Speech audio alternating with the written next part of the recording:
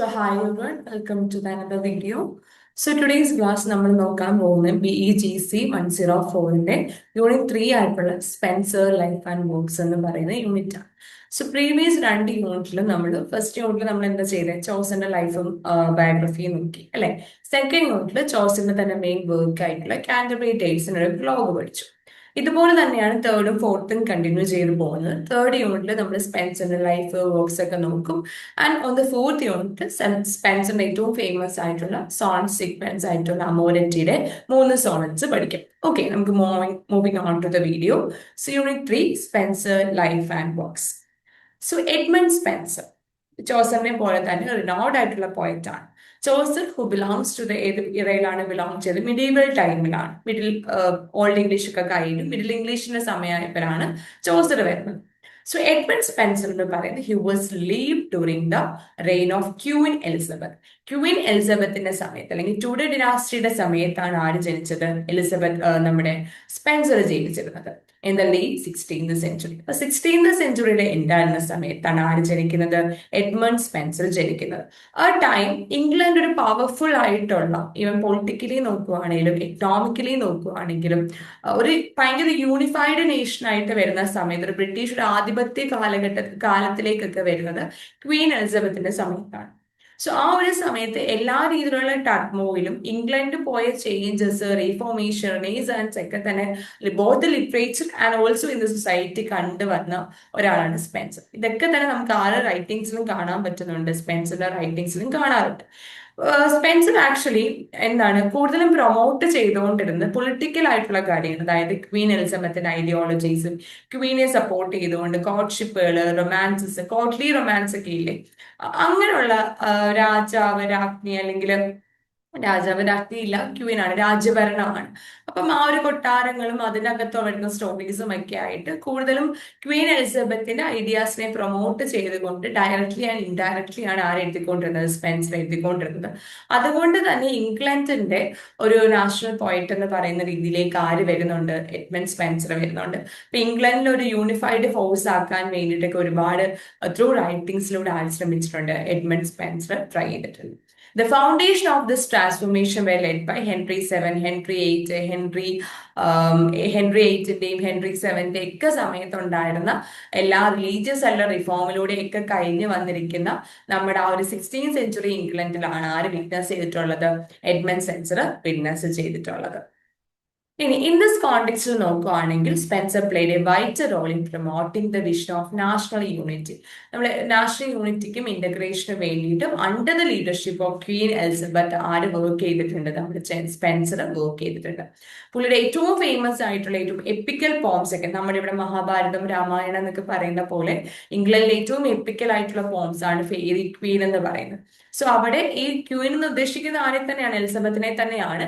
എലിസബത്തിന് ഒരു mythical figure ആയിട്ട് അല്ലെങ്കിൽ ഭയങ്കര ഇനൗഡ് ആയിട്ടുള്ള ഭയങ്കര നല്ലൊരു റൂളർ ഒക്കെ ആയിട്ട് ഒരു മിത്തിക്കൽ രീതിയിലേക്ക് which symbolising beauty, talent, leadership ഒക്കെ രീതിയിൽ ഇംഗ്ലണ്ടിലെ എല്ലാ രീതിയിലും നന്നാക്കാൻ വന്നിട്ടുള്ള ഒരു മിത്തിക്കൽ ഫോഴ്സ് ആയിട്ടാണ് ഫെയറി ക്വീൻ്റെ അകത്ത് നമ്മുടെ എലിസബത്തിനെ പോർട്രേ ചെയ്തിട്ടുള്ളത്.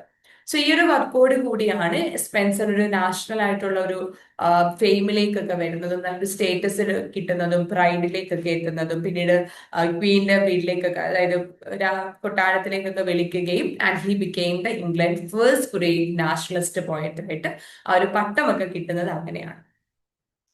ഈ ഒരു പിക്ചർ നിങ്ങൾ നോക്കുമ്പോൾ മനസ്സിലാവുന്നുണ്ട്. ഞാൻ പറഞ്ഞിരുന്നു 1300s-നെയും 1400s-നെയും ഇൻ ബിറ്റ്വീൻ ആണ് ആര് ജനിച്ച് മരിച്ചത്? നമ്മുടെ ചോസർ ജനിച്ച് മരിച്ചത്. അതാണ് മിഡിൽ ഏജസിന്റെ സമയത്ത് നമ്മുടെ 1400s, അതായത് ചോസർ മരിക്കുന്നതിലൂടെ ആ ഒരു പീരീഡിലേക്കാണ് റിനൈസാൻസ് വരുന്നത്. അപ്പം സ്പെൻസറിന്റെ കാലഘട്ടം ടുഡർ ഡിനാസ്റ്റിയിൽ നമ്മൾ ഏറ്റവും കൂടുതൽ വിറ്റ്നസ് ചെയ്യാൻ പോകുന്ന രണ്ട് ഗ്രേറ്റസ്റ്റ് മൂവ്മെന്റ്സ് വന്നിരുന്നു, റിനൈസാൻസും റീഫോർമേഷൻ. രണ്ടും എന്താ നമുക്ക് നോക്കാം. അതിനുശേഷം ആ ഒരു 1600s-ലേക്ക് റിലീജിയസ് ആയിട്ടുള്ള വാർസ്, ബ്രിട്ടനിസം വരുന്നുണ്ട്, കാത്തലിക് ചർച്ച് വരുന്നുണ്ട്. എല്ലാത്തിനെയും സൂപ്രമസി ആയിട്ട് ആദ്യ കാലഘട്ടങ്ങളിൽ ബ്രിട്ടീഷ് ഇരുന്നത് കാത്തലിക് ചർച്ച്, സുപ്രീം പവർ എന്നൊക്കെ പറയുന്ന ഒരു നമ്മുടെ സൊസൈറ്റിനെ പല സ്ട്രാറ്റയായിട്ട് അന്ന് ഡിവൈഡ് ചെയ്തിട്ടുണ്ടായിരുന്നു. ഏറ്റവും അപ്പർ സ്ട്രാറ്റയിൽ നിന്നിരുന്ന ആൾക്കാരാണ് ചർച്ച് എന്ന് പറയുന്നത്. അതിന്റെ താര മാത്രമേ കിങ്ങും ക്യൂനും ഒക്കെ വരുന്നുള്ളൂ. സോ ആ സമയത്ത് ഉണ്ടായിരുന്ന ചർച്ചിനെ പ്രൊട്ടസ്റ്റന്റിസവും രണ്ടും കൂടെ വന്നിട്ടുള്ള ഒരുപാട് യുദ്ധങ്ങൾ വരാൻ തുടങ്ങി. പിന്നീടാണ് എൻലൈറ്റ്മെന്റ് 1700s എൻലൈറ്റ്മെന്റ് വരുന്നത്. സോ നമുക്ക് പഠിക്കാനുള്ള പോയിന്റ് റിനൈസാൻസ് റിഫോർമേഷൻ ആണ്. മിഡിൽ ഏജ് കഴിഞ്ഞു, tudor ഡിനാസ്റ്റി വന്നു. ആ സമയത്ത് കുറേയധികം സയന്റിഫിക് ആയിട്ട് റെവല്യൂഷൻസ് വരുന്നു. റിലീജിയനിൽ തന്നെ ഒരുപാട് മാറ്റങ്ങളൊക്കെ തന്നെ വരാൻ തുടങ്ങിയിരുന്നു. ദെൻ ട്രാൻസിഷൻ ഫ്രം മിഡിൽ ഏജിൽ നിന്ന് ട്യൂഡർ ഡിനാസ്റ്റിയിലേക്ക് വന്നപ്പം ഉണ്ടായ മാറ്റങ്ങൾ എന്തൊക്കെയാണ്? ഞാൻ പറഞ്ഞിരുന്നു കഴിഞ്ഞ ക്ലാസ്സിൽ, മിഡിൽ ഏജസ് എന്ന് പറയുമ്പോൾ the period which undergrow several changes. അതായത് ബ്ലാക്ക് ഡെത്ത് 1380 പെസൻസ് റിവോൾട്ട് വന്നു. ദെൻ പിന്നെ പെസൻസ് റിവോൾട്ട് ചെയ്യുന്നു, ബ്ലാക്ക് ഡെത്ത് സംഭവിക്കുന്നു, 100 years ഓഫ് വാരമായിട്ട്. അപ്പൊ കുറെ മരണങ്ങളും പോവേർട്ടിയും അങ്ങനെയുള്ള പ്രശ്നങ്ങളൊക്കെ ഒരുപാട് നിലനിന്നിരുന്ന കാലമാണ് മിഡിൽ ഏജസ് എന്ന് പറയുന്നത്. അതുകൊണ്ട് തന്നെയാണ് യൂറോപ്പ് ആ ഒരു സമയത്ത് ഡാർക്ക് ഏജസ് ആണ് വിളിച്ചുകൊണ്ടിരുന്നത്. അത് റിലീജിയന്റെ മൈൻഡിൽ നോക്കുവാണെങ്കിലും പട്ടിണിയും ദാരിദ്ര്യവും നോക്കുമ്പോഴും ഒക്കെ തന്നെ എന്താണ് അത് ഡാർക്ക് ആയിട്ടുള്ള ഇറയായിരുന്നു മിഡിൽ ഏജ് എന്ന് പറയുന്നത്. അതോടെ ഇന്റലക്ച്വലി അല്ലെങ്കിൽ ഒരു ഗോൾഡൻ ഇറയായിട്ട് വരുന്നത് എപ്പോഴാണ്? റിനേസാൻസിലൂടെയും റീഫോർമേഷനിലൂടെയും നമ്മുടെ എലിസബത്തിന് ഇറ വന്നതോട് കൂടിയാണ് ലിറ്ററേച്ചറിന് അതൊരു ഗോൾഡൻ ഇറ എന്ന് തന്നെ വരുന്നത്. സോ ഈ ഒരു മിഡിൽ ഏജസിന് സംഭവിക്കുന്ന കാര്യങ്ങൾ എന്തൊക്കെയാണ്? ക്ലാസിക്കൽ ആയിട്ടുള്ള വർക്ക് ഏതൊക്കെയാണ്? ഗ്രീക്കിൽ എഴുതിയതും ലാറ്റിൻ എഴുതിയിട്ടുള്ള വർക്കുകളെല്ലാം തന്നെ ക്രിസ്ത്യൻ ആയിട്ടുള്ള ടീച്ചിങ്സും ഒക്കെ തന്നെ റിജക്ട് ചെയ്യാൻ തുടങ്ങി. സോ മിഡീവൽ ആയിട്ടുള്ള തോട്ട് എന്തിനെയാണ് എംഫസൈസ് ചെയ്തുകൊണ്ടിരുന്നത്? ഡിവൈൻ ഗ്രേസിനെയും മാനിനെയും ഒരു ഇൻഹറന്റ്ലി ഫോളൻ ആയിട്ടുള്ള ആൾക്കാരാണെന്നും കൂടുതലും ഡിപ്പെൻഡ് ചെയ്യാൻ തുടങ്ങി ഡിവൈൻ ആയിട്ടുള്ള ഗ്രേസിനെയാണ്. ക്ലാസിക്സ് ഒക്കെ തന്നെ റിജക്ട് ചെയ്യാൻ തുടങ്ങി. ആ ഒരു സമയമാണ് മിഡിൽ ഏജസ് എന്ന് പറയുന്നത്. ആ ഒരു സമയത്ത് ഏൻഷ്യൻ ഫിലോസഫീസ് ആയിട്ടുള്ള ഇപ്പൊ പ്ലേറ്റോ ആവട്ടെ, അരിസ്റ്റോട്ടിൽ ആവട്ടെ, ഇവരൊക്കെ തന്നെ പുട്ട് ഫോർവേഡ് ചെയ്ത കാര്യം എന്താണ്? ഐഡിയാസ് എന്ന് പറയുന്ന ഒരു മിഡീവൽ വേൾഡ് വ്യൂവിൽ അക്സെപ്റ്റ് ചെയ്യാതെ ഹ്യൂമൻ പൊട്ടൻഷ്യലെയും സെൽഫ് എഫോർട്ടിനെയും ഒക്കെ തന്നെ ഇമ്പോർട്ടൻസ് കൊടുക്കാൻ തുടങ്ങി. അതായത് ഇൻഡിവിജ്വലിസത്തിനൊക്കെ തന്നെ ഇമ്പോർട്ടൻസ് കൊടുക്കാൻ തുടങ്ങി. സോ മൗറിസ് ഇമാൻ എന്താണ് പറഞ്ഞത്? മിഡീവൽ ഐഡിയാസ് പ്രയോറിറ്റൈസ് ചെയ്ത് എന്തിനെയാണ്? എയ്സിഡിസവും അതുപോലെ തന്നെ സിവിക് ലൈഫിനെക്കാളും എയ്സിഡിസം പ്രൊമോട്ട് ചെയ്തെന്നാണ് മൗറിസ് ഇമാൻ പറഞ്ഞത്. ഇങ്ങനെയുള്ള ഒരു അടി നടക്കുവാണ്. അതായത് റിലീജിയൻ ആണോ വലുത്, ഇൻഡിവിജ്വലിസം ആണോ വലുത്, അതോ ഹ്യൂമനിസത്തിന് ഇമ്പോർട്ടൻസ് കൊടുക്കണം? അങ്ങനെ എല്ലാത്തിന്റെയും ഒരു കൺഫ്യൂഷൻ സ്റ്റേറ്റ് ആണ് മിഡിൽ ഏജസിന്റെ എൻഡിലേക്ക് ആവുമ്പോൾ സംഭവിക്കുന്നത്.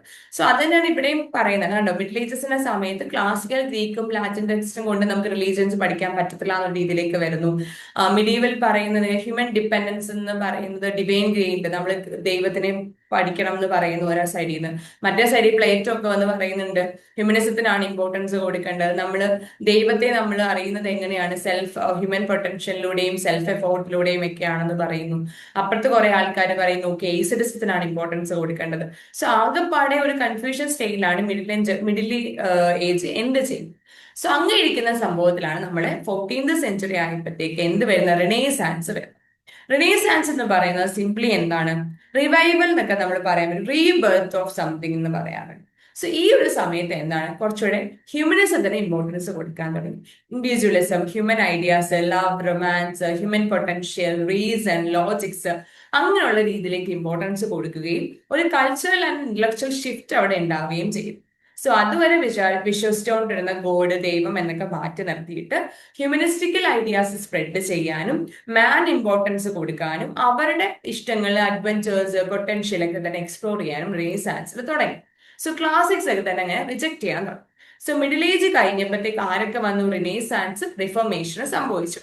ഇനി എന്താണ് റിനേസാൻസ് എന്നും എന്താണ് റിഫോർമേഷൻ എന്നും നോക്കാം.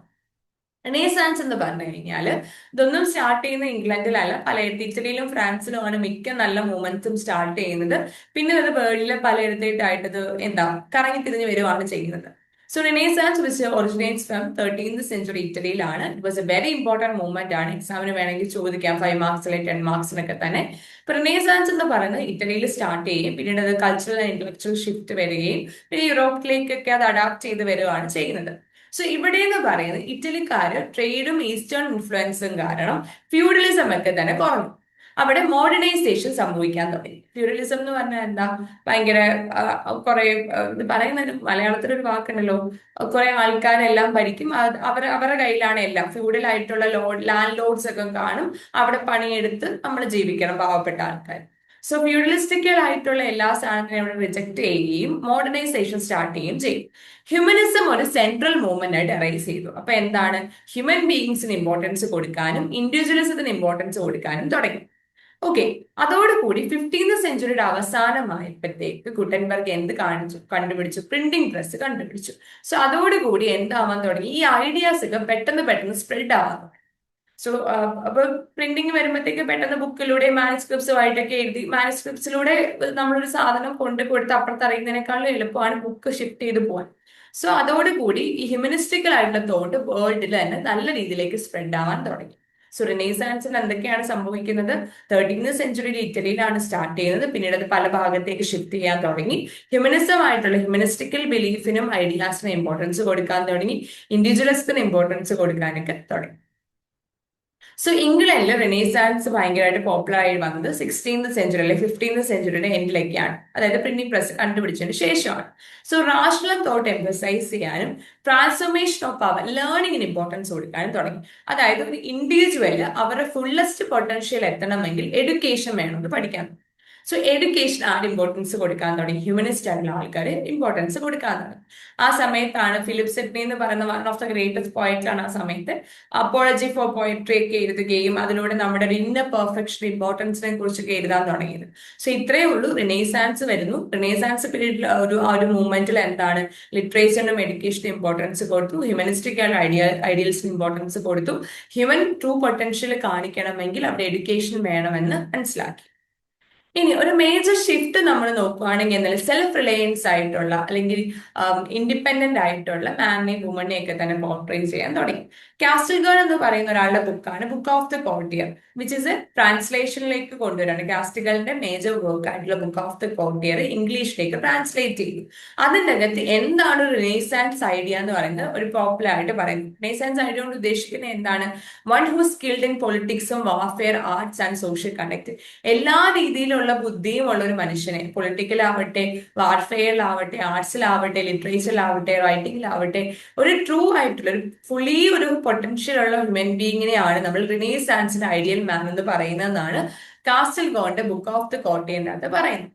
ഈ ഒരു വിഷനിലൂടെ എന്ത് ചെയ്യുന്നത്? ഒരു വിമൻ ആവട്ടെ മെൻ ആവട്ടെ, all round development of a man, അതിനെയാണ് നമ്മൾ റിനൈസാൻസ് എന്ന് പറയുന്നത്. ഇന്റലക്ച്വലി ആവട്ടെ, മെന്റലി ആവട്ടെ, നോളജ് ബേസ് ആവട്ടെ, എല്ലാ രീതിയിലും ഒരു മാന്റെ ഓവറോൾ ഡെവലപ്മെന്റിനെയാണ് നമ്മൾ റിനൈസാൻസ് സ്പിരിറ്റ് എന്ന് പറയുന്നത്. സോ അതിന് ആര് ഇമ്പോർട്ടൻസ് കൊടുക്കാൻ തുടങ്ങി? ഈ ഒരു 15th സെഞ്ചുറിയിൽ ഇമ്പോർട്ടൻസ് കൊടുക്കാൻ തുടങ്ങി. അപ്പൊ കുറെ അധികം ആൾക്കാർ ഇത് വിശ്വസിക്കാൻ തുടങ്ങുന്നുണ്ട്. അതേ സമയത്ത് ദൈവവിശ്വാസികൾ, ദൈവത്തിനെയും ചർച്ചിനും മാത്രം ഇമ്പോർട്ടൻസ് കൊടുക്കുന്ന ആൾക്ക് ഇത് അക്സെപ്റ്റ് ചെയ്യാൻ പറ്റാതെ വരും. സോ അങ്ങനെയും ഒരു ക്ലാഷ് നടക്കുന്നുണ്ട്. പിന്നെ റിഫോർമേഷൻ. അപ്പൊ റിനൈസാൻസ് ഓൾറെഡി വന്ന് ആൾക്കാരെല്ലാം തമ്മിൽ കുറെ ആൾക്കാർ റിനൈസാൻസ് ആവാൻ പോകുന്നു, എഡ്യൂക്കേറ്റഡ് ആവാൻ തുടങ്ങുന്നു. അപ്പത്തേക്ക് ചർച്ചുകൾ തമ്മിൽ അടിയാവും. അപ്പത്തേക്ക് റിഫോർമേഷൻ എന്ന് പറഞ്ഞു കഴിഞ്ഞാൽ മാർട്ടിൻ ലൂതർ കിങ് ഒക്കെയാണ് റിഫോർമേഷനിൽ ഏറ്റവും സ്ട്രോങ്സ്റ്റ് ആയിട്ടുള്ള ലീഡർ എന്നൊക്കെ പറയുന്നത്.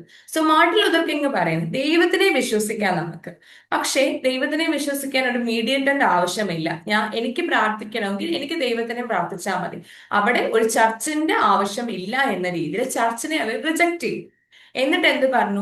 ഒരു ഗോഡിനെ നമുക്ക് അല്ലെങ്കിൽ ബൈബിളിനെ നമുക്ക് അക്സസ് ചെയ്യണമെങ്കിൽ നമുക്ക് എന്താണ്? പേഴ്സണൽ ഫെയ്ത്ത് ഉണ്ടായാൽ മതി. നമ്മൾ ദൈവത്തിനെ നമ്മളായി വിളിച്ചിരുന്നാൽ മതി, ചർച്ചിൽ പോയി വിളിക്കേണ്ട ആവശ്യമില്ല എന്ന് പറഞ്ഞു. അങ്ങനെ എന്ത് ചെയ്തു? ഈ ഒരു ഐഡിയയിലൂടെ പ്രൊട്ടസ്റ്റാനിസം. സോ അപ്പത്തേക്ക് എന്ത് ചെയ്തു? ചർച്ച്, റോമൻ കാത്തലിക് ചർച്ച് ആയിരുന്നു എല്ലാമായി നിന്നിരുന്നത്.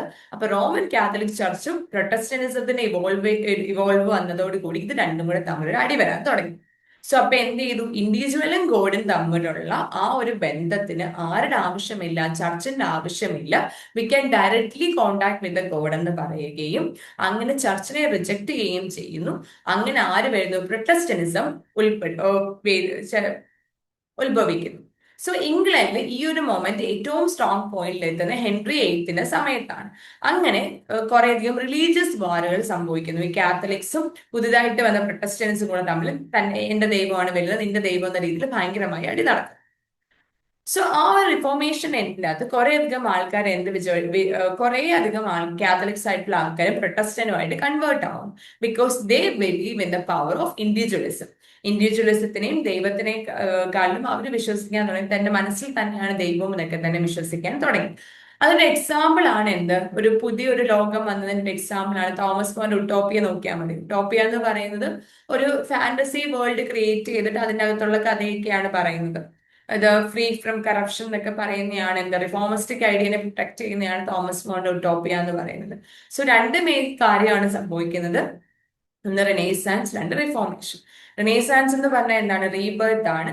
അതായത് ഇൻഡിവിജ്വലിസത്തിന് ഇമ്പോർട്ടൻസ് കൊടുക്കുകയും ഹ്യൂമൻ പൊട്ടൻഷ്യലിന് ഇമ്പോർട്ടൻസ് കൊടുക്കുകയും ഒരു ഹ്യൂമനെ ട്രൂ ഫോമിൽ എത്തിക്കണമെങ്കിൽ ഫിസിക്കലി, മെന്റലി, ഇമോഷണലി അല്ലെങ്കിൽ ഇന്റലക്ച്വലി ആക്കണമെങ്കിൽ എഡ്യൂക്കേഷൻ കൊടുക്കണം. ഓവറോൾ ഡെവലപ്മെന്റ് ഓഫ് എ മാനിനെയാണ് നമ്മൾ എന്തെന്ന് ഉദ്ദേശിക്കുന്നത്? ഒരു റിനൈസ്റ്റിക് മാൻ എന്ന്, അല്ലെങ്കിൽ ഒരു ഐഡിയൽ മാൻ ഓഫ് റിനൈസാൻസ് എന്ന് നമ്മൾ വിളിക്കുന്നത്. അത് ഈ റിഫോർമേഷൻ ഉണ്ടാകുന്നു. റിഫോർമേഷൻ എന്ന് പറയുന്നത് അത്രയും നാളും കാത്തലിക് ചർച്ച് ആയിരുന്നു സുപ്രീം പവർ എന്ന് പറയുന്നത്. അത് മാറിയിട്ട് പുതിയൊരു റിലീജിയൻ വരികയും പ്രൊട്ടസ്റ്റന്റിസം എന്ന് പറയുന്ന റിലീജിയൻ വരികയും അവർ തമ്മിൽ കുറേയധികം വാറുകൾ സംഭവിക്കുകയും ചെയ്യുന്നു. അപ്പൊ റിഫോർമേഷനകത്ത് എന്താണ് പറയുന്നത്? ഒരു മധ്യസ്ഥന്റെ ആവശ്യമില്ല, എനിക്ക് ഗോഡിനെ ഡയറക്റ്റ് ആയിട്ട് ആക്സസ് ചെയ്യാൻ പറ്റും എന്ന് വിശ്വസിക്കാനും തുടങ്ങി. സോ ഈ രണ്ട് മാറ്റങ്ങളാണ് സ്പെൻസറിന്റെ ടൈമിൽ ഉണ്ടാകുന്നത്. സോ ഇന്റലക്ച്വൽ ബാക്ക്ഗ്രൗണ്ട് നമുക്ക് നോക്കുകയാണെങ്കിൽ 16th സെഞ്ചുറിയിൽ ആര് വന്നു? നമ്മുടെ റെനൈസാൻസ് വന്നു, ഹ്യൂമനിസത്തിന് ഇമ്പോർട്ടൻസ് കൊടുത്തു. അപ്പം റിലീജിയൻ മാത്രം എഴുതിക്കൊണ്ടിരുന്ന, മോറൽ സൈഡ് മാത്രം എഴുതിക്കൊണ്ടിരുന്ന റൈറ്റിംഗിൽ നിന്ന് കുറച്ചധികം മാറാൻ തുടങ്ങി. അങ്ങനെ വന്നപ്പോഴത്തേക്ക് ഒരു significant shift in the intellectual ബാക്ക്ഗ്രൗണ്ടിലും കൾച്ചറൽ ബാക്ക്ഗ്രൗണ്ടിലും നമുക്ക് കാണാൻ പറ്റുന്നുണ്ട്. ഇനി പൊളിറ്റിക്കൽ പ്രാക്ടീസ് നോക്കുകയാണെങ്കിൽ ഈ ഒരു റിനൈസാൻസ് സമയത്ത് ഇംഗ്ലീഷ് പോയിന്റുകൾ കോമൺ ആയിട്ട് ചെയ്തുകൊണ്ടിരുന്ന ഇമിറ്റേഷൻ ആണ്. ഇമിറ്റേഷൻസ് എന്ന് പറഞ്ഞു കഴിഞ്ഞാൽ ഈ ഗ്രീക്ക് ആയിട്ടുള്ള ക്ലാസിക്കൽ വർക്കാണല്ലോ പണ്ടോട്ടേ ഉണ്ടായിരുന്നത്. ലാറ്റിൻ ആയിട്ടുള്ളയും ഗ്രീക്ക് ആയിട്ടുള്ളയും വർക്കുകൾ എടുത്തു വെച്ചിട്ട് അത് വായിച്ചിട്ട് അതിൽ നിന്ന് ബേസ് ചെയ്ത് പുതിയ പുതിയ കഥകൾ എഴുതാൻ തുടങ്ങി, ട്രാൻസ്ലേറ്റ് ചെയ്യാൻ തുടങ്ങി. അപ്പൊ കൂടുതലും എന്താണ്, ക്ലാസിക്കൽ വർക്കിന് ഒരു ഡ്യൂപ്ലിക്കേഷൻ ഒക്കെ തന്നെ വരാൻ തുടങ്ങി. ആൾക്കാർ കൂടുതലായിട്ടും എന്താണ്, ക്ലാസിക്കൽ റിവൈവൽ ആണ് ഈ ഒരു സമയത്ത് നടന്നുകൊണ്ടിരുന്നത്. അല്ലാതെ പേഴ്സണൽ ആയിട്ടുള്ള എക്സ്പീരിയൻസസോ ഓട്ടോബയോഗ്രഫികളോ ഒന്നും തന്നെ ആരും എഴുതാതിരിക്കാൻ തുടങ്ങി. കൂടുതലും യൂണിവേഴ്സൽ എയിം, ഹ്യൂമനിസത്തിനൊക്കെ തന്നെ ഇമ്പോർട്ടൻസ് കൊടുത്ത് എഴുതാൻ തുടങ്ങി.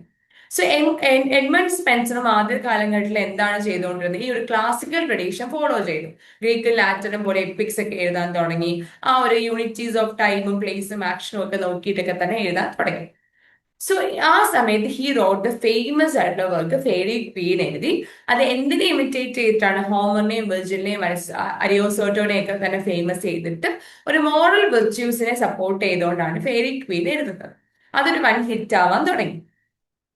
സോ അതിനുശേഷം ദ പോയിന്റ് നമ്മുടെ റെട്ടോറിക്കൽ സ്റ്റൈലിലൊക്കെ പിന്നീട് എഴുതാൻ തുടങ്ങി. റെട്ടോറിക്കൽ സ്റ്റൈൽ എന്ന് പറയുമ്പോൾ കുറച്ചുകൂടെ പോളിഷ്ഡ് ആയിട്ടുള്ള റിമാർക്കബിൾ സ്റ്റൈലിലൊക്കെ എഴുതാൻ തുടങ്ങി.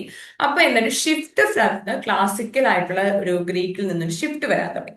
അപ്പൊ ആ ഒരു സമയത്ത് സ്പെൻസറിന്റെ സമയത്ത് മൂന്ന് മെയിൻ പോയറ്റിക്കൽ സ്റ്റൈൽസ് ആണ് ഉണ്ടായിരുന്നത്: heroical poetry, love poetry, pastoral poetry. അപ്പൊ നമ്മുടെ സ്പെൻസർ ക്ലാസിക്കൽ വിട്ടിട്ട് എന്ത് ചെയ്യാൻ തുടങ്ങി? പുതിയ പുതിയ സ്റ്റൈൽസ് ഓഫ് റൈറ്റിംഗ് അഡോപ്റ്റ് ചെയ്യാൻ തുടങ്ങി. സോ ഹീറോയിക് പോയട്രി എന്ന് പറഞ്ഞു കഴിഞ്ഞാൽ പണ്ട് തൊട്ടേ ഉള്ള, അതായത് ഏതെങ്കിലും ഒരു ലെജൻഡിനെ കുറിച്ച് ഭയങ്കരതായിട്ട് വാവുവാന്ന് പറഞ്ഞ് എഴുതുന്ന സാധനം. ഫെയറി ക്വീൻ്റെ അകത്ത് ആരാണ്? എലിസബത്തിനെ കുറിച്ച് എഴുതിയത്. ലവ് പോയട്രി എന്ന് പറഞ്ഞാൽ കുറച്ചുകൂടെ വിറ്റിയൊക്കെ ആയിട്ട് റൊമാൻറ്റിക് ആയിട്ട് നമ്മൾ എഴുതുന്ന സാധനം. വിച്ച് ഇസ് എക്സാമ്പിൾ അമോരറ്റി ആണ്. ഒരു സോങ് സീക്വൻസ് ആണ് അമോരറ്റി എന്ന് പറയുന്നത്. പിന്നെ എപ്പിത്തലാമിയൻ ഒക്കെ തന്നെ ഉണ്ട്. പാസ്റ്റൽ പോയട്രി എന്ന് പറഞ്ഞു കഴിഞ്ഞാൽ common life as it is portray ചെയ്യുന്നത്. കോമൺ ആയിട്ടുള്ള ആൾക്കാർ, ഈ ഷെപ്യാർഡ്സിന്റെ ഒക്കെ ആട്ടിടയന്മാര്, പിന്നെ പെസൻസ്, പാവപ്പെട്ട കർഷകർ, അവരുടെയൊക്കെ കഥ അതുപോലെ ഇറഗുലർ ആയിട്ട് ഈ ആ ഒരു ഫാമേഴ്സിന്റെയും ഈ വില്ലേജിലേക്ക് കുഞ്ഞു കുഞ്ഞു ഇമേജറീസ് ഒക്കെ ഇല്ലേ, അതൊക്കെ ഉപയോഗിച്ചുകൊണ്ട് എഴുതിയാണ് പാസ്റ്റൽ പോയട്രി എന്ന് പറയുന്നത്. അങ്ങനെ ഈ മൂന്ന് തരത്തിലുള്ള പോയട്രീസ് എവിടെ ഇവോൾവ് ചെയ്യാൻ തുടങ്ങി? ഈ ഒരു റിനൈസാൻസിന്റെ ഭാഗമായിട്ട് വരാൻ തുടങ്ങി. അങ്ങനെ ഒരു ക്ലാസിക്കൽ ട്രഡീഷനിൽ നിന്ന് മാറി റിനൈസാൻസ് ഇന്നോവേഷനിലേക്ക് നമ്മൾ മാറി തുടങ്ങി. ഈ ടൂഡർ പോയിട്രിയുടെ പ്രത്യേകത എന്ന് വെച്ച് കഴിഞ്ഞാൽ Tudor poetry mark shift from the medieval. ഞാൻ പറഞ്ഞു, മിഡീവൽ ടൈമിൽ കൂടുതലായിട്ടും റിലീജിയസ് ആയിട്ടുള്ള ഈ ഗുഡ് വേഴ്സസ് ഈവൻ, പിന്നെ വെർച്യൂസ്, പിന്നെ എന്താണ് മോറൽ വാല്യൂസ് ഒക്കെ തന്നെ സ്പ്രെഡ് ചെയ്യാനാണ് നോക്കിക്കൊണ്ടത്. പക്ഷെ ടൂഡർ പോയട്രി, അതായത് എലിസബത്തിനൊക്കെ വന്ന സമയത്ത് കുറച്ചുകൂടെ കോക്ട്ലി റൊമാൻസസ് ഒക്കെ എഴുതാൻ തുടങ്ങി. റൈറ്റിംഗ് സ്റ്റൈൽസ് കുറെയൊക്കെ മാറാൻ തുടങ്ങി. എലിസബത്തിന്റെ അടുത്ത് നമ്മുടെ ഷേക്സ്പിയർ ഒക്കെ വന്നു തുടങ്ങി. അപ്പൊ കുറച്ചുകൂടെ നല്ല നല്ല വാക്കുകൾ വരാൻ തുടങ്ങി. സോ അപ്പം ഏർലിയർ ആയിട്ടുള്ള ടൂഡർ പോയ്സ് ആണ് ജോൺ സ്കെൽറ്റനൊക്കെ. സ്കെൽറ്റനൊക്കെ ഭയങ്കര പ്രേസ് ചെയ്ത് എഴുതാനും സോഷ്യൽ ക്രിട്ടിക് ആയിട്ടുള്ളതും കറപ്ഷൻ നേച്ചർ ഓഫ് ദ കോർട്ടും ഒക്കെ തന്നെ എഴുതാൻ തുടങ്ങി. ഇനി കുറേയധികം മാറ്റങ്ങൾ വരുവാണ്. റിനൈസാൻസിൽ വന്ന കുറേയധികം മാറ്റങ്ങൾ in the case of poetry നോക്കാം. ഒന്നെന്ന് പറയുന്നത് 1530s ഒക്കെ ആയിരുന്ന സമയത്ത് ഹെൻറി VIII ആണ് റൂൾ ചെയ്തുകൊണ്ടിരുന്നത്. ആ സമയത്ത് തോമസ് വ്യാട്ട് ഒരു ഹെൻറി ഹോവാർഡും കൂടെ ചേർന്നിട്ട് എന്ത് ചെയ്യാൻ തുടങ്ങി? പൊളിറ്റിക്കൽ ടോപ്പിക്സ് ഒക്കെ മാറ്റി വെച്ചുകൊണ്ട് പേഴ്സണൽ ആയിട്ടുള്ള തീംസിനെ കുറിച്ച് എഴുതാൻ തുടങ്ങി. ഞാൻ നേരത്തെ പറഞ്ഞില്ലേ, റിനൈസാൻസിന് മുമ്പ് വരെയൊക്കെ ആൾക്കാർ ഇൻഡിവിജ്വലിസം ഒന്നും എഴുതത്തില്ലായിരുന്നു, റിലീജിയൻ ആയിട്ടുള്ള കാര്യങ്ങൾ മാത്രമാണ് എഴുതിക്കൊണ്ടിരുന്നത്. സോ അത് മാറിയിട്ട് എന്ത് ചെയ്യാൻ തുടങ്ങി, പേഴ്സണൽ ആയിട്ടുള്ള തീംസും ലവ് പോലുള്ള കാര്യങ്ങളെ കുറിച്ച് തോമസ് വ്യാട്ടൊക്കെ തന്റെ പോംസിൽ എഴുതാൻ തുടങ്ങി. ആ സമയത്ത് വ്യാട്ട് കൊണ്ടുവന്ന ഒരു സോണറ്റ് സീക്വൻസിനെയാണ് പെട്രാർക്കിയൻ സോണറ്റ് എന്ന് പറയുന്നത്. സോ പെട്രാർക്കിയൻ സോണറ്റ് ആരാണ് കൊണ്ടുവന്നത്? തോമസ് വ്യാട്ടാണ്, വിച്ച് ഇസ് വെരി ഇമ്പോർട്ടന്റ്. ഒരു കോംപ്ലക്സ് ആയിട്ടുള്ള ഇൻട്രിയൂക്കിംഗ് ആയിട്ടുള്ള ഒരു കോട്ട്ലി ലൈഫ്, അവിടുത്തെ കറപ്ഷൻ ഒക്കെ കാണിക്കാൻ വേണ്ടിയിട്ട്, റൊമാൻറ്റിക് എൻഡാക്മെന്റ്സ് കാണിക്കാൻ വേണ്ടിയിട്ട്, കോട്ട്ലി ലവ് കാണിക്കാൻ വേണ്ടിയിട്ടൊക്കെ. കോട്ട്ലി ലവ് എന്ന് ഉദ്ദേശിക്കുന്നത് എന്താണ്? ആ ഒരു കൊട്ടാരവും അതിനെ ചുറ്റിപ്പറ്റി കിടക്കുന്ന ലവ് റൊമാൻസ് ഒക്കെ കാണിക്കാൻ വേണ്ടിയിട്ടാണ്. സോ വാട്ട് പെട്രാർക്കിയൻ സോണറ്റ്സ് കൊണ്ടുവന്നു. ആ പെട്രാർക്കിയൻ സോണറ്റ് ഒരു പർട്ടിക്കുലർ റൈം സ്കീം ഫോക്കസ് ചെയ്തിട്ടുണ്ട്. അതിനുശേഷം ഫിലിപ്പ് സിഡ്നി വരുന്നുണ്ട്, സ്പെൻസർ വരുന്നുണ്ട്. സ്പെൻസേരിയൻ സ്റ്റാൻസാസും റൈം സ്കീമും കൊണ്ടുവന്നു. സിഡ്നി ആണ് അപ്പോളജി ഫോർ പോയട്രി എന്ന് പറഞ്ഞ പോയം എങ്ങനെ ഇരിക്കണം, പോയറ്റ് എങ്ങനെ ഇരിക്കണം എന്നുള്ള റൂള് തന്നെ കൊണ്ടുവരുന്നു. അങ്ങനെ ഒരുപാട് മാറ്റങ്ങൾ എവിടെ സംഭവിക്കാൻ തുടങ്ങി? പോയട്രിയുടെ ഫീൽഡിൽ സംഭവിക്കാൻ തുടങ്ങി. ഇനി സ്പെൻസറിന്റെ ലൈഫ് നമുക്ക് നോക്കാം. ഒരു ലണ്ടനിലാണ് ആര് ജനിക്കുന്നത്? സ്പെൻസർ ജനിക്കുന്നത്. ഒരു നോബിൾ ആയിട്ടുള്ള ഒരു ഫാമിലി തന്നെയാണ്, ഒരു റോയൽ ഫാമിലി തന്നെയാണ് ജനിക്കുന്നത്. നല്ല എഡ്യൂക്കേഷൻ ഒക്കെ കിട്ടി, പ്രോപ്പർ ആയിട്ട് വന്നു. He study in the merchant tailor സ്കൂളാണ്. പിന്നീട് കേംബ്രിഡ്ജിലേക്ക് പോകാൻ തുടങ്ങി. ദെൻ അറ്റ് കേംബ്രിഡ്ജ് പുള്ളിക്കാരൻ നല്ലൊരു ഇന്റലക്ച്വൽ ഫ്രണ്ട്ഷിപ്പ് ആരായിട്ട്, ഹാർവേയുമായിട്ട് നല്ലൊരു ഫ്രണ്ട്ഷിപ്പ് ക്രിയേറ്റ് ചെയ്യും. അതിലൂടെ പുള്ളി എന്തിലേക്ക് വരാൻ തുടങ്ങി? പോയം റൈറ്റിംഗിലേക്ക് വരാൻ തുടങ്ങി. ദെൻ ആഫ്റ്റർ യൂണിവേഴ്സിറ്റി പുള്ളിക്കാരൻ കുറച്ച് സെക്രട്ടറിയൽ റോള് ഉണ്ടായിരുന്നു. സെക്രട്ടറിയൽ റോൾ എന്ന് പറയുമ്പോൾ നമ്മുടെ ഇവിടെ സെക്രട്ടേറിയറ്റിൽ ഓഫീസ് വർക്ക് ഒക്കെ ചെയ്യുന്ന പോലെ പുള്ളിയും ഒരു യൂണിവേഴ്സിറ്റിക്ക് കാലഘട്ടം ശേഷം ബിഷപ്പ് തോമസ് എങ്ങനെയുണ്ട് വർക്ക് ചെയ്യാം. ആ സമയത്താണ് പുള്ളിയുടെ അനദർ പേജ് ഓഫ് വർക്ക് ആയിട്ടുള്ള ദ ഷെപ്പേർഡ്സ് കലണ്ടർ പബ്ലിഷ് ചെയ്യുന്നത്. ഈ ഷെപ്പേർഡ്സ് കലണ്ടർ പുള്ളിയുടെ തന്നെ ഫ്രണ്ട് ആയിട്ടുള്ള ഫിലിപ്പ് സിഡ്നിക്ക് ഡെഡിക്കേറ്റ് ചെയ്തിട്ടാണ് കൊണ്ടുവന്നത്. ഷെപ്പേർഡ് കലണ്ടർ എന്ന് പറഞ്ഞൊരു പാസ്റ്ററൽ പോയമാണ്. ആ ഒരു പോയം ഡെഡിക്കേറ്റ് ചെയ്യും. അതിനുശേഷം 1859 തിരിച്ചെങ്ങോട്ടേക്ക് വരികയാണ് ചെയ്യുന്നത്? ഇംഗ്ലണ്ടിലേക്ക് വരികയും 3 ബുക്കായിട്ട് ഫെയറി ക്വീൻ പബ്ലിഷ് ചെയ്യുകയും ചെയ്യും. ഈ ഫെയറി ക്വീനിലൂടെയാണ് ഏറ്റവും കൂടുതൽ ഒരു ഭയങ്കരമായിട്ടുള്ള ഒരു ഫെയിമിലേക്ക് ആര് വരുന്നത്? സ്പെൻസർ വരുന്നത്. പിന്നീട് അതിനുശേഷം എലിസബത്തൻ ബോയിലുമായിട്ടുള്ള തന്റെ ലവ് റിലേഷൻഷിപ്പും ആ റൊമാൻസും കാണിക്കാൻ വേണ്ടിയിട്ട് അമോരട്ടിയും എപ്പിത്തലാമിയാണ് പുള്ളി എഴുതുന്നുണ്ട്. അമോരട്ടി എന്ന് പറയുന്ന ലവ് പോംസ് ആണ്, കോട്രി ലവും റൊമാൻസും ഒക്കെയാണ്. അതിന്റെ അവസാനം വരുമ്പോഴത്തേക്ക് എലിസബത്തൻ ബോയിലുമായിട്ടുള്ള കല്യാണം വെച്ചിട്ടാണ് അത് എൻഡ് ചെയ്യുന്നത്. പിന്നെ 1596 final 3 books of Faerie Queene publish ചെയ്യുന്നുണ്ട്. പിന്നെ he was buried under the Chaucer. Westminster അബയിൽ ആദ്യമായിട്ട് ബറി ചെയ്യുന്ന പോയിട്ടാണ് ചോസർ. അവിടെ തന്നെയാണ് ആരെയും ബറി ചെയ്യുന്നത്. അവിടെ തന്നെയാണ് ക്രെമിറ്റേറിയൽ ആയിട്ടുള്ള പേർപ്പസ് ഒക്കെ ചെയ്യുന്നത്. അവിടെ തന്നെയാണ് എഡ്മണ്ട് സ്പെൻസറിനെ വെസ്റ്റ്മിനിസ്റ്റർ അബയിൽ. വെസ്റ്റ്മിനിസ്റ്റർ അബൈ ഇംഗ്ലണ്ടിലാണ് മിക്ക നല്ല നല്ല പോയിറ്റ്സിനെയും അടക്കിയിരിക്കുന്നത് ഇവിടെ തന്നെയാണ്, വെസ്റ്റ്മിനിസ്റ്റർ അബയിലാണ്. ഇനി സ്പെൻസറിന്റെ വർക്കിനെ കുറിച്ച് നോക്കുകയാണെങ്കിൽ പുള്ളി ആദ്യ കാലഘട്ടത്തിൽ കുറേയധികം ട്രാൻസ്ലേഷൻസ് ആണ് ചെയ്തിട്ടുള്ളത്. ഫ്രഞ്ചും ഇറ്റാലിയൻ വർക്കൊക്കെ തന്നെ ട്രാൻസ്ലേറ്റ് ചെയ്യുന്നു, വിച്ച് ഇസ് പബ്ലിഷ്ഡ് അണ്ടർ ഒരു വർക്ക് എ തിയേറ്റർ എന്ന് പറഞ്ഞ വർക്കിൽ വരുന്നു. അതിനുശേഷം ദ ഷെപ്പേർഡ്സ് കലണ്ടർ സിഡ്നിക്ക് വേണ്ടി ഡെഡിക്കേറ്റ് ചെയ്ത് എഴുതുന്നതാണ്. ആ ഒരു വർക്ക് അനോണിമസ്ലി ആണ് പബ്ലിഷ് ചെയ്യുന്നത്, പേരില്ലാതെയാണ് പബ്ലിഷ് ചെയ്യുന്നത്. ഇമ്മരിറ്റോയോ അങ്ങനെ എന്തോ ഒരു പേരിലാണ് പബ്ലിഷ് ചെയ്യുന്നത്. 12 പാസ്റ്റൽ എക്ലോഗ്സ് ആണ് ഉള്ളത്. എക്ലോഗ്സ് എന്ന് ഉദ്ദേശിക്കുന്നത് വെച്ചാൽ നമ്മൾ ഒരു വർഷത്തിൽ 12 മാസം അല്ലെ, ആ ഓരോ മാസവും ഡെഡിക്കേറ്റ് ചെയ്ത് പോയിക്കാണ് ഷെപ്പേർഡ്സ് കലണ്ടർ എന്ന് പറയുന്നത്. പാസ്റ്ററൽ പോമാണ്, അതായത് പെസൻസിന്റെ ലൈഫുമായിട്ട് ബന്ധപ്പെട്ട് പോകുന്ന ഒരു പോയമാണ്, ഒരു പൊളിറ്റിക്കൽ കളക്ഷൻ ആണ് ഷെപ്പേർഡ്സ് കലണ്ടർ എന്ന് പറയുന്നത്. അതിനുശേഷം പുള്ളിക്കാരൻ എന്ത് എഴുതാൻ തുടങ്ങി? നമ്മുടെ ഫെയറി ക്വീൻ എഴുതാൻ തുടങ്ങി. And after he wrote a number of books, കുറേയധികം ബുക്സ് എഴുതിയിട്ടുണ്ട്. എപ്പിത്തലാമിയോൺ എഴുതിയിട്ടുണ്ട്, റുവീൻസ് ഓഫ് ടൈം, മദർ ഹബേർഡ്സ് ടെയിൽ, ഇതൊക്കെ തന്നെ നല്ല നല്ല കളക്ഷൻസ് ഓഫ് വർക്ക്സ് ആണ് എഴുതിയിട്ടുള്ളത്. പിന്നെ അമോരട്ടി പബ്ലിഷ് ചെയ്യുന്നുണ്ട്, അത് ഞാൻ പറഞ്ഞിട്ടുണ്ടായിരുന്നു. പിന്നെ four hymns, Prothalamion was also very nice poem. 2 canons of mutability, a view of the present state of Ireland. അങ്ങനെ കുറേയധികം വർക്കുകൾ, ഒരുപാട് വർക്കുകൾ ആര് എഴുതിയിട്ടുണ്ട്? എഡ്മണ്ട് സ്പെൻസർ എഴുതിയിട്ടുണ്ട്. പോംസ് ആണ് കൂടുതലും, പോയവും അതുപോലെ സോണറ്റ് സീക്വൻസും ആണ് അധികവും എഴുതിയിട്ടുള്ളത്. ഇനി എഡ്മണ്ട് സ്പെൻസറിനെ കുറിച്ച് നമ്മൾ ഈ ഒരു യൂണിറ്റിൽ ഫുള്ളി നമ്മൾ ഡിസ്കസ് ചെയ്ത എഡ്മണ്ട് സ്പെൻസർ ആണ്. ഓർത്തിരിക്കേണ്ട കുറച്ച് കാര്യം എന്ന് വെച്ച് കഴിഞ്ഞാൽ പുള്ളി ജനിച്ചിരുന്ന കാലഘട്ടം ട്യൂഡർ ഡിനാസ്റ്റി ആണ്, which is in 16th century ആണ്. ഈ ഒരു സമയത്ത് എന്താ റിനൈസാൻസും റീഫോർമേഷനും സംഭവിക്കുന്നത്. റിനൈസാൻസ് എന്ന് വെച്ചാൽ എന്താ? റീബർത്ത് ഓഫ് സംതിങ് ആണ് അല്ലെ. റിനൈസാൻസ് പീരീഡിൽ എന്തൊക്കെയാണ് സംഭവിക്കുന്നത്? നമ്മൾ ഇൻഡിവിജ്വലിസത്തിന് ഇമ്പോർട്ടൻസ് കൊടുക്കാൻ തുടങ്ങി, ക്ലാസിക്കൽ റൈറ്റിംഗ് വീണ്ടും സ്റ്റാർട്ട് ചെയ്യാൻ തുടങ്ങി, overall development of a man വന്നു. പിന്നെ റിഫോർമേഷൻ വന്നപ്പോഴത്തേക്ക് എന്താണ്? ചർച്ചിന്റെ ഇമ്പോർട്ടൻസ് ഒക്കെ കുറഞ്ഞു, പ്രൊട്ടസ്റ്റന്റിസം വന്നു, അവർ തമ്മിൽ അടി നടക്കും. പിന്നെ ഇയാളുടെ മേജർ ആയിട്ടുള്ള വർക്ക് ഫെയറി ക്യൂനിലൂടെയാണ് നാഷണലിസ്റ്റ് പോയറ്റ് എന്ന രീതിയിലേക്ക് വരുന്നത്. പിന്നെ ഷെപ്പേർഡ്സ് കലണ്ടർ ഉണ്ട്, which was dedicate to Philip Sidney ആണ്. പിന്നെ ഫെയറി ക്യൂന്, പ്രോത്തലാമീൻ, എപ്പിത്തലാമീൻ ഒക്കെ ഉണ്ട്. ഇത് അമോറിറ്റിയാണ് നമുക്ക് പഠിക്കാനുള്ളത്. അമോറിറ്റി എന്ന് പറഞ്ഞൊരു സോണറ്റ് സീക്വൻസ് ആണ്. അതിനകത്ത് കുറേയധികം പോംസ് ഉണ്ട്, സോണറ്റ്സ് ആയിട്ടാണ് ഉള്ളത്. ആ സോണറ്റ്സിന്റെ അകത്ത് അവസാനം എൻഡ് ചെയ്യുന്ന പുള്ളിയുടെ തന്നെ ലവ് ആയിട്ടുള്ള എലിസബത്ത് ബോയിന്റെ കല്യാണത്തോട് കൂടിയാണ് എൻഡ് ചെയ്യുന്നത്. And he became A national point. എന്തുകൊണ്ടാണ് നാഷണൽ പോയിന്റ് ആവാനുള്ള റീസൺ? എലിസബത്തിന്റെ ഐഡിയാസിനെയൊക്കെ ഏറ്റവും കൂടുതൽ ഫോളോ ചെയ്യും. നാഷണലിസ്റ്റിക്കൽ തീംസും ഇന്റഗ്രിറ്റി ഓഫ് ദി നേഷനും ഒക്കെയാണ് ഏറ്റവും കൂടുതൽ ആര് എഴുതിയിട്ടുള്ളത്? നമ്മുടെ എഡ്മണ്ട് സ്പെൻസർ എഴുതിയിട്ടുള്ളത്. So this is all about today's class. So main ആയിട്ടുള്ള ക്വസ്റ്റ്യൻസ് നോക്കുകയാണെങ്കിൽ റിനൈസാൻസ് എന്താണ്? റിനൈസാൻസ് എവിടെയാണ് എമേർജ് ചെയ്തത്? ഇറ്റലിയിലാണ്. അതിനുശേഷം നമ്മൾ പ്രിന്റിംഗ് വന്നതിന് ശേഷം ഇംഗ്ലണ്ടിലേക്ക് 16th സെഞ്ചുറിയിൽ വരുവാണ് ചെയ്തത്. ടൂഡേ പോയട്രിയുടെ ഇമ്പോർട്ടൻസ് എന്തൊക്കെയാണ്? ഷിഫ്റ്റ് നോക്കുകയാണെങ്കിൽ എങ്ങനെ പറയാൻ പറ്റും? ടൂഡേ പോയട്രിയുടെ ഷിഫ്റ്റ് നോക്കുകയാണെങ്കിൽ പണ്ട് കാലങ്ങളിൽ കൂടുതലും മെഡീവൽ ആയിട്ടുള്ള ചിവള്ളിക് റൊമാൻസസ്, അർത്തൂറിയം ലെജൻസിനെ കുറിച്ചിട്ട്, അതല്ലെങ്കിൽ കൂടുതലും എന്താണ് റിലീജിയസ് ആയിട്ടുള്ള രീതിയിലാണ് എഴുതിക്കൊണ്ടിരുന്നത്. പക്ഷെ ടൂഡേ പോയട്രി വരുമ്പോഴത്തേക്ക് കുറച്ചുകൂടെ എന്താണ് ഇന്റലക്ച്വലി ഒക്കെ ആൾക്കാർ എഴുതാൻ തുടങ്ങി. എപ്പിക്കുകൾ ഒരുപാട് വരാൻ തുടങ്ങി. റൊമാൻസ്, പിന്നെ ഹ്യൂമൻലി ലവിനെ കുറിച്ചിട്ടും പേഴ്സണൽ ആയിട്ടുള്ള സാറ്റിസ്ഫാക്ഷന് വേണ്ടിയിട്ടൊക്കെ പോം എഴുതാൻ തുടങ്ങി. പിന്നെ വ്യാട്ട് ഇൻട്രൊഡ്യൂസ് ചെയ്ത പൊളിറ്റിക്കൽ ഫോം എന്താണ്? ഏതായിരുന്നു വ്യാട്ട് ഇൻട്രൊഡ്യൂസ് ചെയ്തത്? പുള്ളി ഒരു പൊളിറ്റിക്കൽ സ്റ്റൈൽ ടാർക്കിയൻ സോണറ്റ് കൊണ്ടുവന്നു എന്നൊക്കെ പറഞ്ഞു. പിന്നെ റിഫോർമേഷൻ എന്താണ്? ഇത്രയാണ് ഏറ്റവും കൂടുതലുള്ളത്. ഞാൻ ഇതിനകത്ത് റൈം സ്കീമിനെ കുറിച്ച് പറയാനുള്ള റീസൺ ഞാൻ നെക്സ്റ്റ് ക്ലാസ്സിൽ എങ്ങനെയാണ് റൈം സ്കീം കണ്ടുപിടിക്കുന്നത് എന്നുള്ള കാര്യം പഠിപ്പിക്കുന്നുണ്ട്. സോ അതുകൊണ്ടിട്ടാണ് ഇതിന്റെ അകത്ത് അതിനെക്കുറിച്ച് ഡിസ്കസ് ചെയ്യാറുള്ളത്. So this is all about today's class. See you with another video in the next class. So ഇത് പ്രത്യേകിച്ചൊന്നുമില്ല. പിന്നെ റെയിൻസാൻസ് റിഫോർമേഷനും വരുമ്പോഴാണ് കുറച്ചത് വരുന്നത്. ആ രണ്ട് ടോപ്പിക്കാണ് ഇതിനകത്ത് ഏറ്റവും ഇമ്പോർട്ടന്റ്. പിന്നെ അതുപോലെ തന്നെ എന്താണ് മേജർ വർക്ക്സ് ഓഫ് സ്പെൻസ്, ആ ഒരു കാലഘട്ടത്തിന് പൊളിറ്റിക്കലായിട്ടും എക്കണോമിക്കലായിട്ടും അല്ലെങ്കിൽ ഫിലോസഫിക്കലായിട്ടും ആ ഒരു കാലഘട്ടത്തിൽ എന്തൊക്കെ സംഭവിച്ചു പറഞ്ഞു. റിലീജിയസ് ആയിട്ടുള്ള ഷിഫ്റ്റ് ആണ് മെയിൻ ആയിട്ട് വരുന്നത്. ഇന്റലക്ച്വൽ അഡ്വാൻസ്മെന്റും വരുന്നു, റിനൈസാൻസ് റിഫോർമേഷനും വരുന്നു. അത്രയേ ഉള്ളൂ. പക്ഷെ പറഞ്ഞ കാര്യം തന്നെ വീണ്ടും വീണ്ടും പറയേണ്ടി വരുന്നുണ്ട്. സോ അത് ആ ഒരു ക്ലാസ്സിന്റെ നേച്ചർ കൂടിയാണ്.